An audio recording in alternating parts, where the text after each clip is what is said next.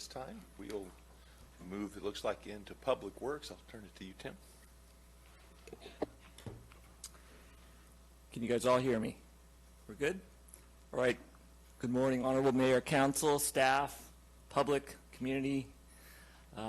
Very excited here. We heard the term excitement a lot, so I'm also very excited here to introduce our Public Works Department as well as our initiatives, including our workload. So here's our mission statement. The image on the right is actually the poster for the American Public Works Association for 2021.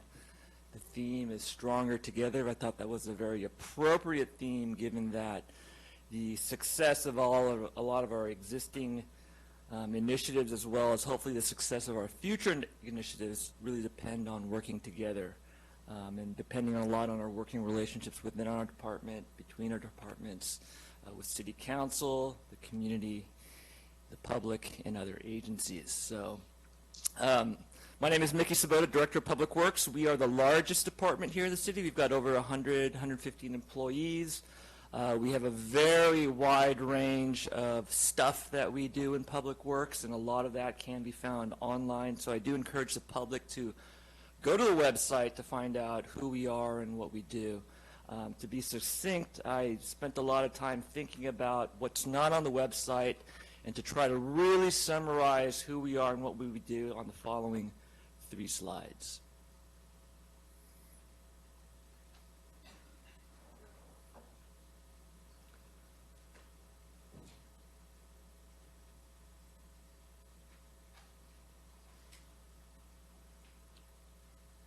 If there is something that involves any one or any combination of the following 3 words, solid, waste, and water, it's most likely the responsibility of our department. We have a water division, a waste water division, a solid waste division. Later on, I will be talking about what solid wastewater is, but I don't want to discuss you too much. But anyway, so again, if it involves any one or combination of these 3 words, it's in our department. If there is something that really excites a child, but not necessarily an adult, it's most likely in our department, whether they're garbage trucks, street sweepers, exactly, puddles, building things, destroying things, that's most likely in our department. And finally, if there is something that's truly exciting for some of us people, but not necessarily to the general public, it's most likely a responsibility of our department. So some of our high-level workload summaries. So these are big ticket projects, initiatives that we've been working on the past couple of years. This is an image of the Los Vaqueros Reservoir. This is a Contra Costa Water District facility. We have a long-standing partnership with CCWD. They're like the big brother of Brentwood. They own this facility, and one of our older initiatives was to partner up with them to acquire storage capacity of this reservoir. This reservoir contains very high-quality water. Right now, we don't have rights to store any water there, and we want to have that right for emergency storage and water quality benefits for the long term of the city. This is a map of the East Contra Costa County groundwater subbasin. I do want to thank Council for their approval of the actual plan. The document is a massive 1,220-page document involving many years, 8 agencies using state grant funds, culminating in this document. And the overall goal of the document is to make sure that we are sustainably managing our groundwater. This document will hopefully go to the state early next year. A lot of infrastructure projects lately. This is an image of our 3 million gallon non-potable storage tank. If it doesn't look too tall, it's because half of it's actually buried underground. This is an image of some additional non-potable infrastructure we are constructing. We did use some innovative technology here. Some of you may recall the old PG&E Line 114 project a couple of years ago that shut down the entire city for a good year. We actually purchased that old pipeline for, I believe, $1, and we're slip lining that old pipeline with new recycled water infrastructure. We're in the midst of a multi-year project to improve our downtown alleyways. A lot of pipeline, sewer and water pipeline replacements. That's going to go through next year as well. Obviously, our pavement is very important to us. So every year we slurry and do asphalt repairs and restripe our streets. This is an image of the future, hopefully not too long, future extension of Sand Creek Road westerly to the Antioch and Brentwood city limits. I'll talk some more about that later on. We've been installing a lot of emergency backup generators at our water facilities, at our reservoirs and pump stations. And finally, our largest project, which is our wastewater treatment plant expansion project. There's a pretty cool photo of that, currently on time, on budget. Very excited about that project. So that's kind of high level of what we've been working on in Public Works. Some of the initiatives. So construct innovation center infrastructure. So we've seen some of these renderings before from our various consultants. I know there's different land plans. Regardless of the land plan, there are a couple of things that we know we have to build and we have to design for. So if you look on the right, that's kind of the site plan of the Innovation Center. On the right-hand side, or the east side of the Innovation Center, all the site plans do require the extension of Jeffrey Way, as well as utility extensions from Empire that goes underneath the highway to help support the development of the west side of the Innovation Center. Those plans are mostly done.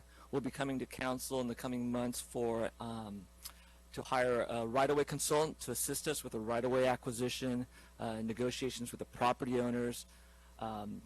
We're also dealing with what I call the alphabet soup of agencies. So there's East Bay MUD, ECCID, CCWD, CCTA. All those agencies are involved as part of that effort. On the middle of the Innovation Center is the McCallamy Pedestrian Bridge. We're very excited with working with CCTA. That construction contract was awarded in September, so we're very hopeful and excited that project can actually start construction. On the south end, obviously, it's Sand Creek Road expansion. I do want to thank council for expediting that project. We do have a couple things coming to council in the coming months, which includes the right-of-way acquisition agreement from the property owner, as well as hiring a civil engineering and design consultant to begin that civil design. On the left end, or the west end of the Innovation Center, obviously Hydorn Ranch Road, the last segment of the improvement and widening of Hydorn Ranch Road, including the connection to the extension of Sand Creek Road. Those plans have been completed, submitted to Antioch and Brentwood for review. We provide our comments to that court. That ball's back in the design consultant's court. We're very excited about hopefully getting those plans approved shortly. But in a nutshell, we've been spending a lot of time designing and planning for this area. This specific strategic initiative is let's break some ground. Let's actually get some construction started out there over the next 2 years. Next initiative is to ensure adequate funding to preserve our streets. This is a graph I believe I shared with council earlier this year. This is from the MTC. Each one of these dots represents a city in the Bay Area. We measure the health of our streets by what we call the Pavement Condition Index. It's a numeric number that goes from 0 to 100. 0 is a dirt road, and 100 is a newly paved road. The average PCI in the Bay Area is in the high 60s-ish. So on the Y, or the x-axis on the bottom, it shows the pavement condition index. On the left-hand side is really bad. It's in the 30s. On the right-hand side, I believe it goes up to 80 or 90 or so. The vertical axis is change in pavement condition index. So the higher you up are on the vertical axis, the more improved your streets have been over the past 10 years, or at least from 2008. So the ultimate goal for, if you're a dot, if you're a city represented by this dot, to be the upper right-hand corner. You see Brentwood is that dot in blue. It's over on the right-hand side, which is good. Brentwood historically has had a very good PCI. In fact, if you look back 10 years ago, Brentwood actually led the Bay Area, if not the state, in terms of the health of our streets. Our PCI was up in the high 80s. But we're not quite really high on this graph. So there's been a slight decline in the PCI over the past 10 or so years. We were in the upper 80s. We're now in the lower 80s. The city's done a pretty good job if you look at the past 10, 15 years in terms of funding our pavement management program. It used to be below $1 million a year. It slowly crept up to $1 million, $1.5 million. With the passage of SB 1 back in 3 or 4 years ago, we were able to bump up that funding to $2 million a year, which is fantastic to help out our streets. Based on our latest modeling, we estimate that we're going to need about $2.9 million a year to make sure we stay above a PCI of 80. There's no state mandate for that. As the streets linearly get worse and worse and they start going below 80, the cost to maintain the streets actually become exponential.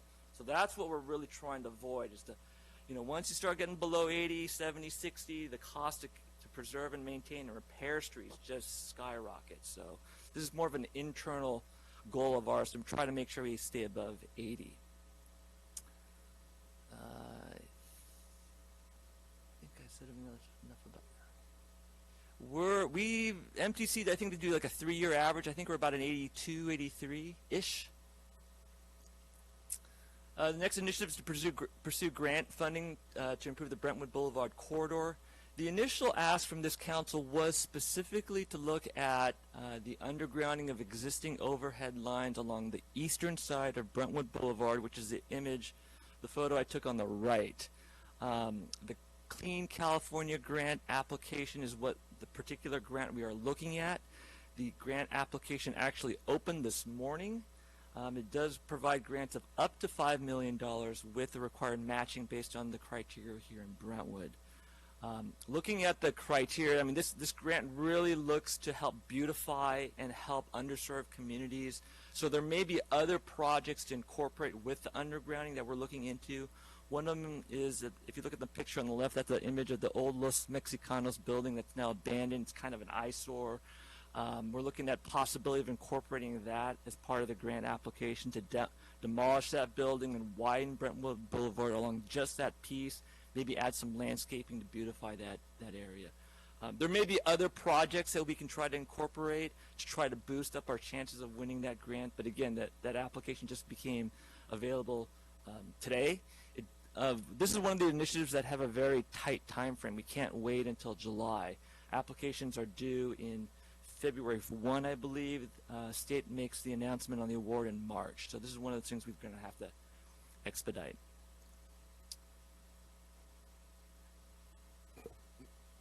Mickey, I have a question. Is there anything that the council can do at a state level, representative-wise, to contact the decision makers to let them be aware that we want this money as well as your department?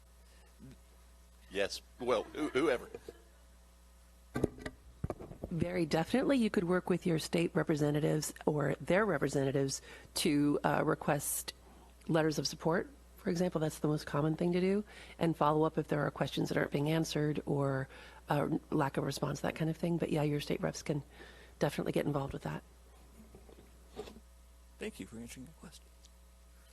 Can I also ask that, I mean, since this was previously State Route 4, is there any, I mean, will that be included, that this is an old truck route that is trying to be beautified on top of that?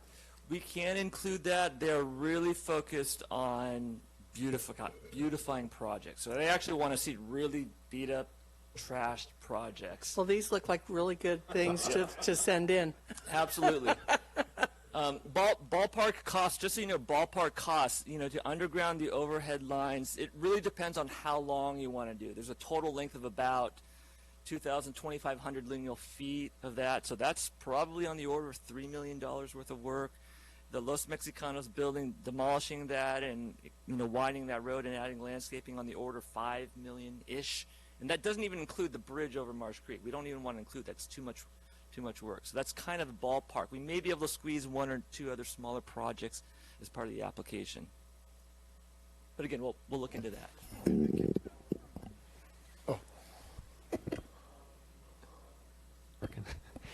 The demolition's not $5 million. What would that component alone just be? The demolition, we could partner with the fire district to see if they want to use that as a training facility. The demolition itself isn't that much. It's probably on the order of, under $100,000, $50,000. And that includes asbestos and lead checks and all those things. We'll have to check for that. Are you asking about that because of the homeless situation that happens there? Yeah. That might help.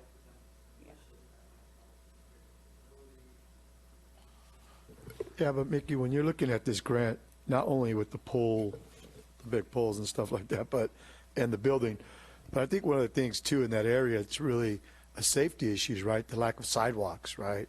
That go down Brentwood Boulevard. I think that, I've seen people with wheelchairs, right? That are honestly right on the edge of that white line and rocks and dirt.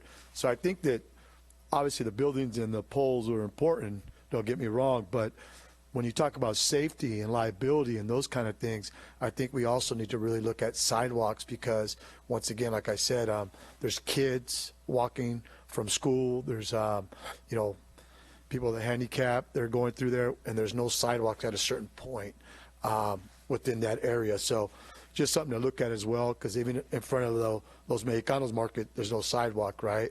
And what is that, Sunset maybe?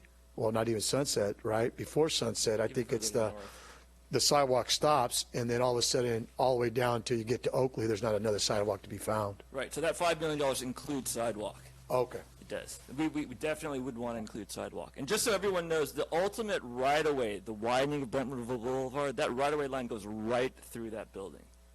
So when you're including in this grant, you're also going to include that we have approved the beautification with trees and landscape and so forth for that Central Mart parking area, or for that fronting the street, so that they're aware that there's already a grant that's going into that, which will be part of our matching funds. Correct. Okay.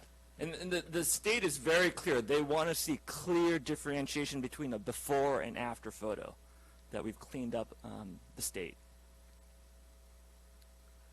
Okay, going into the next initiative, engage agencies to help reduce traffic noise. Again, the initial ask back in early November from this council was very limited in scope, to only look at raising a portion of the Sienna Development sound wall along Highway 4.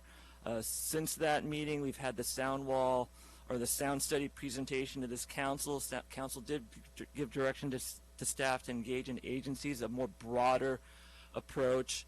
Looking at that limited approach of just raising that sound wall, again, we haven't been able to find any foam products to be able to raise that wall. So I'm looking at worst case scenario, the cost to demolish that wall, redesign, reconstruct, and raise it about 3 feet or so. It's about 440 lineal feet. Is ballpark on the order of $600,000, roughly. So that's kind of the worst case scenario. Looking at this more holistic approach of just engaging agencies won't, at this point, cost any money. We're not asking for any funds for just engaging agencies. Since that last council meeting, we have reached out to Caltrans multiple times. We actually found out, did get feedback last night from Caltrans. They are considering, Caltrans has a process similar to the City Council where we have a 5-year rolling capital improvement program. We've got a project called PMP we do every summer to do slurry and asphalt rehab. Caltrans is the same thing. They've got a rolling program. They do public hearings and they review projects, I believe, on a 2-year rolling basis, on an even year. So luckily for us, next year is 2022. I believe next spring we'll have some public hearings to solicit feedback from the community. Caltrans has told us that they do have plans to do improvements along the section of Highway 4, actually from 160 all the way to Vasco. They plan to propose that project as part of next year's program, per se, and to fund the project in the coming years. Now, I don't know what the scope of that work is right now or how much, but we definitely do plan to engage and provide comments during that process. When that happens, could you let us all know? Because we attend meetings and speak on behalf of residents, but also let the residents know, because we know they're engaged. And Absolutely. they'll call in for sure. Absolutely. In fact, the Trilogy HOA, they contacted me shortly after the last council meeting. I've got a meeting set up with them next week. Awesome, thank you. And, they, at the last meeting, they also asked maybe we could do a task force where we have a subcommittee of, 2 council members along with some of the residents. And so anytime these things come up, we can all engage in it. So if we could look at just doing a subcommittee on that as a task force. Absolutely. Absolutely. Next initiative.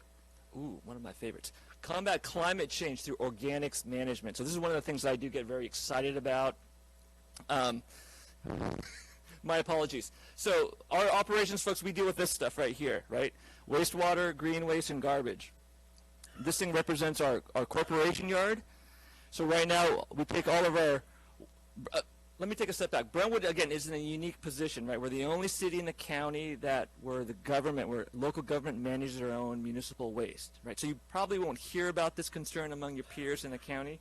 We're one of the few cities that manage our solid waste and have a wastewater treatment plant and water treatment plant. So we're very unique. Anyway, we take wastewater, take it to a corp yard, treat it, produce recycled water that goes to irrigating our landscaping, and our biosolids get hauled off to the landfill. We take green waste, take it to our corp yard, off-haul it to the landfill as alternative daily cover. We take garbage to our corp yard and off-haul it to the landfill. The problem with this cycle is that landfills take all this organic matter, and when you take organic matter that decomposes in the absence of oxygen, it creates methane, right? And methane is a notorious greenhouse gas. Carbon, it's CH4 up there, so they take organic matter and make it into methane. EPA recognizes this. Cal Recycle recognizes this. And it's the ultimate goal of managing climate change is to prevent this from happening. The proposed initiative is not only a feel-good for combating climate change, this is a state mandate. We have to do this. So how are we going to do this? So if you take a look at this kind of the organic stuff flow, what we do plan to do is look at new technology, improving our corporation yard. We've been actively soliciting and looking for innovative companies that are looking at how to solve this problem. The biosolids that we're currently sending off to the landfill, we plan to divert that. The ultimate goal is to make this, by the way. This is called biochar. The green waste that we're currently sending to the landfill, we plan to divert that as well to create biochar. And the garbage has got organic stuff in there as well. We plan to divert the organic component of that and just send the rest off to the landfill. So this is a long-term project. This has got no general fund ask. This will all be covered by ratepayers. Ballpark cost estimates $30–40 million. Again, multi-year project. A lot required to do this particular initiative.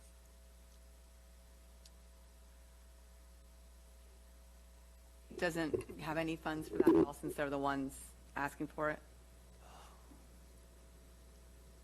No, Of course not. unfortunately.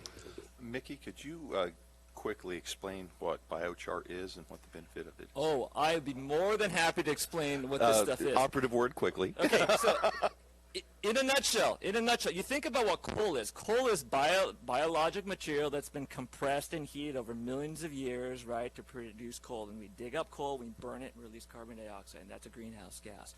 We're basically going to mimic that process. We're going to take organic material, we're going to heat it in the absence of oxygen to create this stuff. This stuff is akin to activated carbon. I wouldn't recommend you drink this if you get poisoned, but it's basically the same thing. This is basically like coal.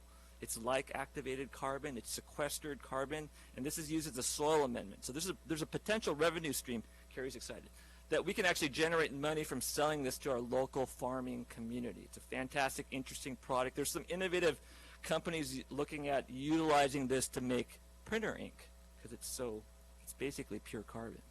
So that's what this stuff is. So it seems like it's like when people make fake diamonds, kind of the same. Same. Yeah. Not quite as valuable. Yeah, no. but just as exciting. Next initiative, ensure adequate water supply by expanding our water treatment, storage, and distribution infrastructure. So we prepared a wastewater master plan, and based on that, we know that we needed to expand our wastewater treatment plant for the build-out of the city. Same thing here. We have a water master plan. This is a map actually taken from that water master plan looking at the infrastructure needs for the build-out of the city. Kind of hard to see here on this map, but it kind of shows our pipe network. We've got 3 different zones based on elevation. So all the yellow lines, which is most of the city, is what we call Zone 1, lower elevation. As you head to the west and southwest end of town, it gets slightly higher, so the blue lines represent Zone 2. And at the far southwest end of town is what we call Zone 3. So this kind of shows the infrastructure in the city. What I've highlighted in this big cyan circle is you'll notice a lot of missing infrastructure out in the Innovation Center. So the master plan does identify the need for at least one additional reservoir, at least one pump station in this area. The master plan also identifies the need to expand our water treatment facility, which is located actually in Oakley. That's that small cyan circle. So these are long-term projects, multi-year projects, likely to be funded through SRF, low-interest state loans. The good news about this long-term project, even though it's on the order of $80 to $100 million, is that we're not looking for any general fund hit from this. This will be paid for enterprise rates and through developer impact fees. Ensure fiscal sustainability by conducting rate studies. So we talked about a lot of exciting projects. There's a lot of regulations that I haven't even mentioned related to water quality, wastewater discharge permit. You heard about organics. There's a lot of requirements related to making sure that we've got adequate revenue for debt service for projects like the wastewater treatment plant. All this requires to make sure that we're financially sustainable and fiscally sustainable for our enterprises, which is our water, wastewater, and garbage. We're in the middle of we're in year 3 of our current 5-year rate study. We typically do rate studies every 5 years. We're in year 3, so looking at the next 2 years, we're getting ready. We know that rate studies typically take about a year or so to do, so it's really important that we are fiscally sustainable going forward. Improve safety in the parking garage. So we've heard a lot of talk about the parking garage. The interesting thing about the parking garage is it actually has a long history of what I call, these are more operational challenges between us, the Parks Department, and PD. I'm not sure if council or the public are aware that, this parking garage, we've got a lot of challenges with vandalism, graffiti. Trash in particular is a huge headache. We're in there every day picking up and cleaning up trash. People skateboarding, scootering, spinning donuts late at night. So there's a lot of operational challenges associated with this parking structure. We've made incremental steps over the past couple of years. We've increased signage. We've worked with PD for increased enforcement. We've got a security guard out there. So we've done a lot of things. There's technology out in the parking structure with cameras that we're going to be utilizing, which is pretty exciting. We're looking at some short-term improvements right now. We're looking at the possibility of installing a couple speed bumps to prevent donuts, utilizing some of the new cameras out there, some new laws related to enforcement. But going forward, if there's an interest in this council for more aggressive improvements to the parking structure, whether they're adding vehicle gates at the entry, still allow public access in and out during open hours, but to close it off from vehicles at night, fencing off kind of the first floor opening that you can kind of see on the right here, adding gates with doors, locking doors at the stairwells. So that's on the order of $180,000 to $200,000. If you're looking at something beyond that, fencing off the second and third floor openings, adding something on the top floor, that cost can easily escalate up to $600,000 to $700,000. So that's kind of the ballpark we're looking at for improving safety at the parking garage. Mickey, I received an email even as recently as this morning talking about kids throwing bottles at classrooms from the top.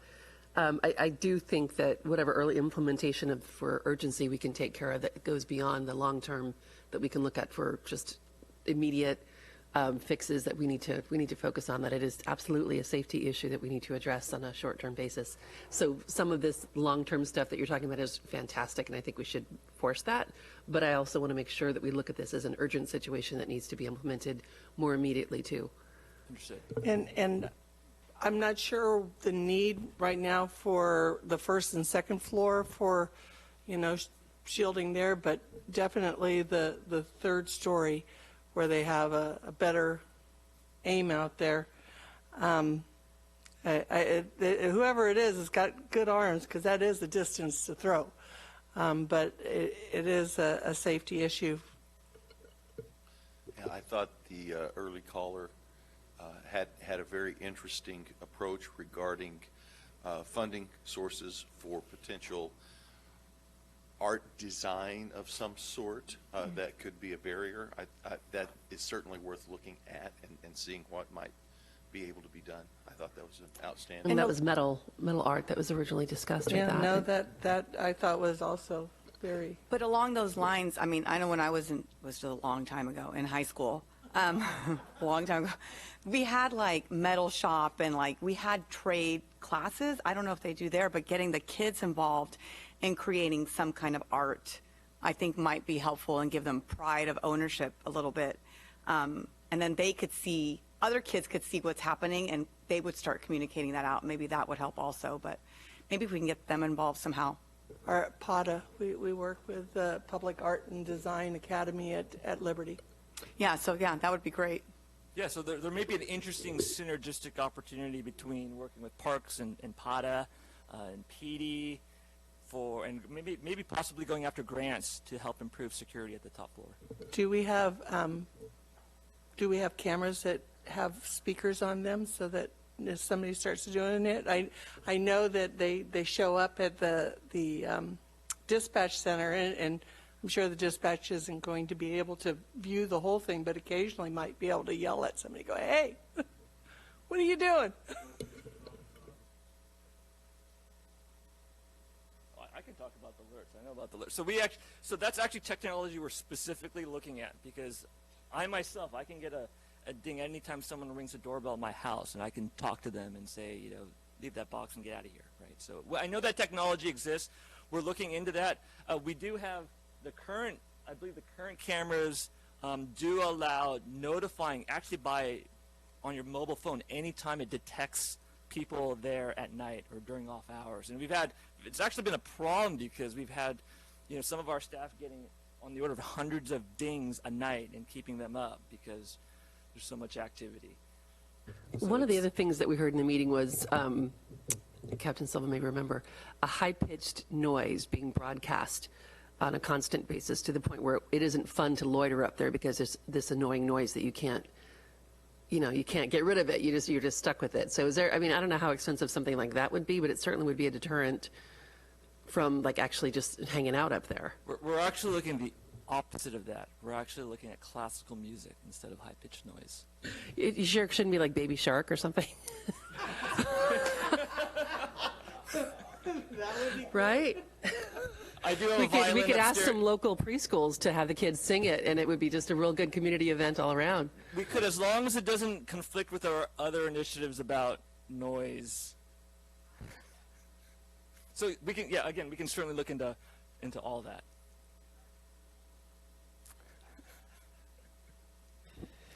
And I want to reiterate too on this advocacy that we're talking about for the sound study. I think the more we can do to reach out to residents and ask them to engage and ask them to advocate and get involved in any kind of this calling in, writing in, and all. I certainly want to push that forward on this and on the other initiatives you're discussing as well.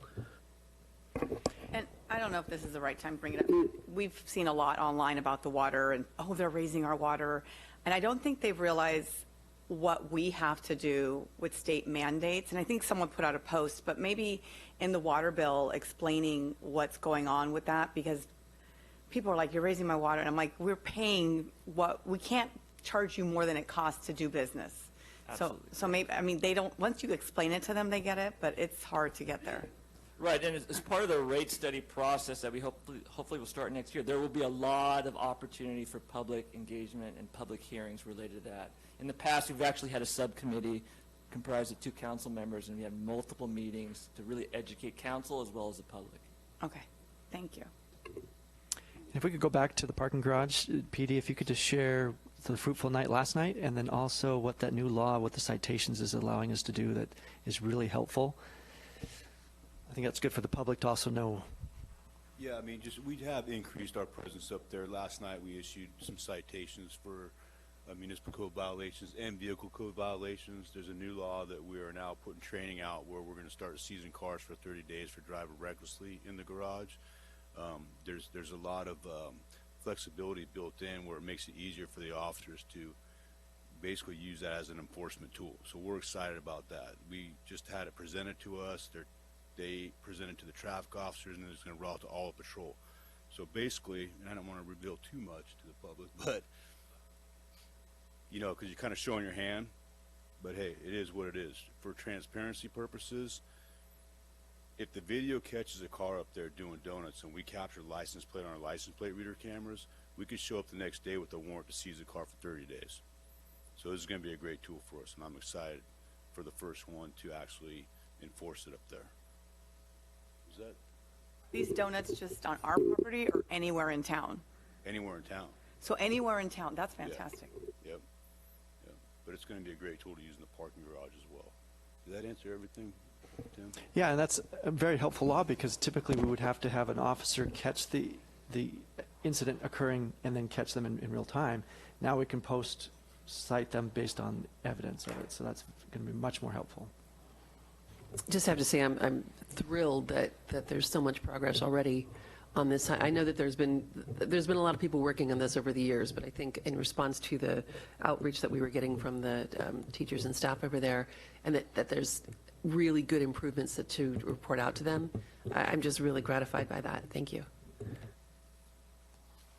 All right, moving on. So this is a summary of the potential resources needed. I do include staffing needs, both immediate and future, as well as funding needs, both immediate and future.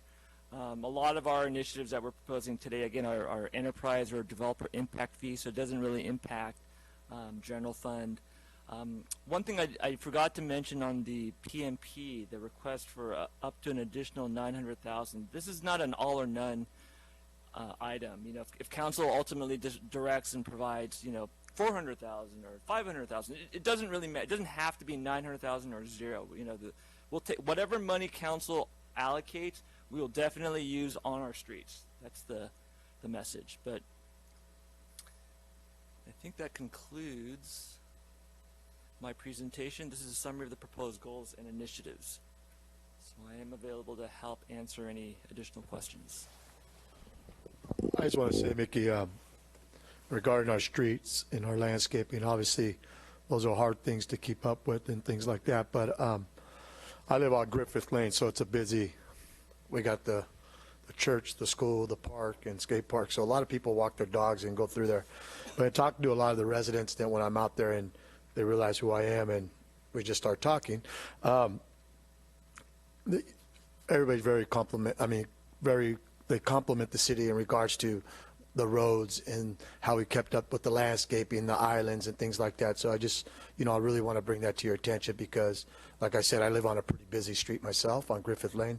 And yeah, they'll hear a lot of good feedback, and thank you for your presentation.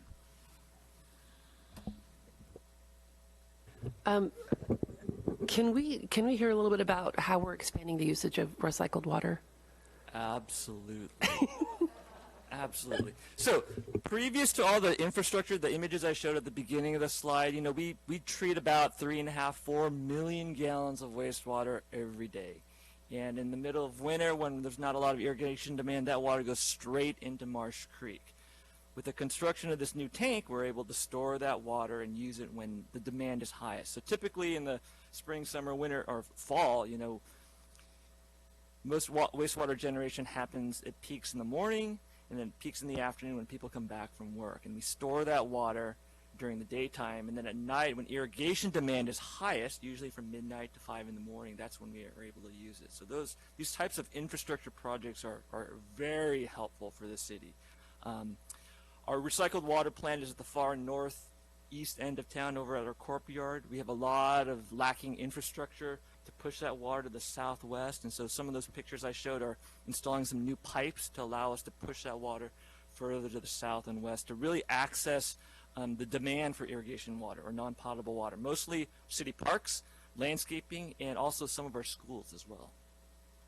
And is that going to be an automatic thing, or are people going to be educated about that option, or how does that work? Well, it's not available to residents. It's mostly public facilities, and we do have the option for non-residential businesses if they're interested to tap into that. With the recent construction of the pipeline in Sand Creek, we're now, for example, able to get non-potable water all the way out to the streets of Brentwood. Before they were relying on potable water. So we've already reached out to them to let them know if they're interested in utilizing recycled water, they can. They have that opportunity. That's fantastic news. Wanted to mention too, if there is an ad hoc committee on the Stone Study, I'd love to be on that. But I would also wanted to echo Vice Mayor Rodriguez's comments on the sidewalk on Brentwood Boulevard. I think that's something we really need to, and I'm so glad to hear that it's being prioritized. I've seen people in electric wheelchairs myself, and almost wanted to, pull over and guide. It's a scary thing. And I think, I mean, congratulations on all this. I think it's really great. There's so much productivity happening here, and we're so progressive. It's just really something to be proud of. And I've mentioned before, I've gone to other cities where the streets are nowhere near as clean and well maintained as they are here. So just want to say good work. Thank you. One quick question, and I think I actually sent you an email about it a long time ago. We don't compost as a city. Why, like other cities are active composting, like they have guidelines. Why don't we do that? Okay, I have very limited time, so I'll try to narrow it down in a nutshell. We've there's two things. Allowing residents to compost is one thing, and we've tried that in the past, and we didn't get a lot of interest. We don't have the facilities or the area of land necessary to do composting. And it also generates a lot of odors, and there's a lot of operational challenges with composting. We are looking at some neighboring cities and neighboring agencies that have or are looking into composting facilities. And that's one of the incremental steps we can take to comply with these organic regulations. Okay, thank you.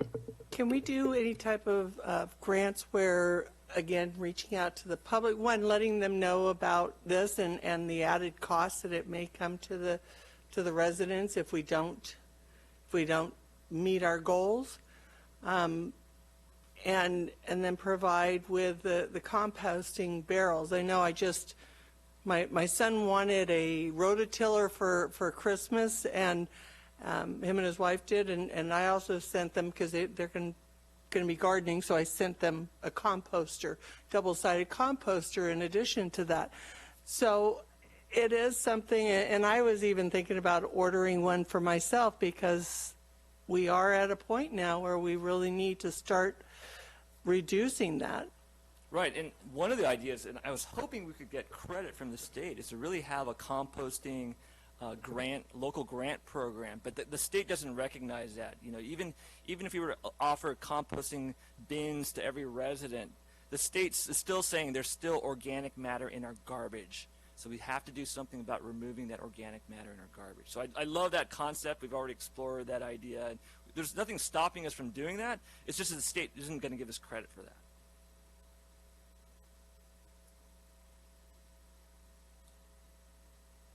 We're good? Thank you.